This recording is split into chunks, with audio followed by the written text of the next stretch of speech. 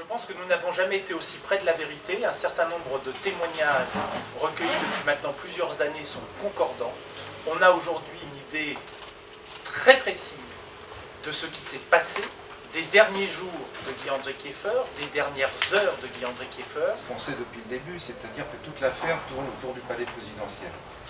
Et que très probablement Guy-André a séjourné 2 jours dans une cellule qui se trouve au sous-sol. Ça a été dit par plusieurs témoins. Depuis le départ, on n'a jamais senti, moi je n'ai jamais senti de vraie volonté politique de faire la lumière dans cette affaire-là. Ni en Côte d'Ivoire, ni en France, pour être tout à fait clair. En Côte d'Ivoire, ça ne fait pas l'ombre d'un doute, que ce soit du côté du pouvoir judiciaire, quand on voit les déclarations du procureur. Je suis désolé, moi je vous dis, j'ai rencontré le juge Ramel à Abidjan dans le cadre de sa dernière commission rogatoire.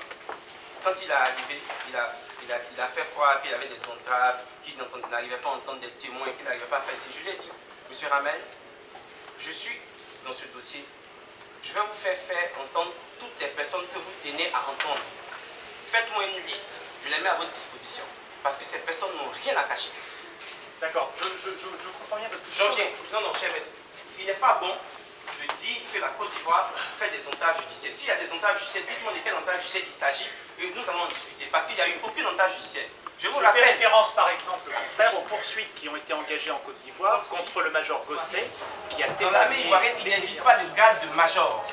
De 2, il a produit un matricule qui n'existe pas en Côte d'Ivoire. Parce qu'en Côte d'Ivoire, nous avons des matricules alphanumériques. Il y a un matricule qui est numérique. Il n'est reconnu dans aucun fichier militaire et n'a servi à aucun poste. C'est ce qui est clair. Non, vos informations ne correspondent pas aux informations que la presse a d'ores et déjà révélées. Moi, je suis avocat et je ne m'en tiens pas à ce que dit la presse. Je suis avocat. Maître, est-ce que vous croyez que c'est digne d'un procureur de la République, oui, madame, Monsieur Chinou, oui, de dire que Monsieur Guy-André Kieffer serait vivant, il se cacherait en France ou à l'étranger? Est-ce que vous croyez que c'est digne? Mais il y a bien des sûr, parents madame, qui ne madame, n'arrivent pas à faire le madame, deuil. pour un bon magistrat, c'est digne. Non, c'est Pour tout bon magistrat, madame, c'est indigne. C'est indigne. Parce que le droit français, écoutez-moi, quand quelqu'un est disparu, il n'est pas mort. Mais je n'ai jamais insinué qu'on Aux perdait États-Unis, excusez-moi, aux États-Unis, l'année passée, nous avons retrouvé quelqu'un qui a disparu depuis plus de 10 ans. Vous comprenez? Et tant que nous n'avons pas trouvé un corps, on ne peut pas, en tant que bon magistrat et bon avocat, insinuer qu'il est mort. Mais nous n'insinuons jamais qu'il est mort. Il a été exfiltré par qui alors? Dites-le nous. Moi j'aimerais bien savoir. Si vous savez où est mon père, dites-le moi. Ça fait 6 ans qu'on attend de le savoir. Écoutez-moi. Votre intervention me fait très plaisir, monsieur. Elle montre combien votre régime est aux abois et combien il est déstabilisé par cette affaire. C'est tout ce que je voulais dire. Nous, Reporters sans frontières, on est partie civile dans cette affaire-là, donc on assiste aux auditions à côté de la famille, avec le juge Ramel, etc.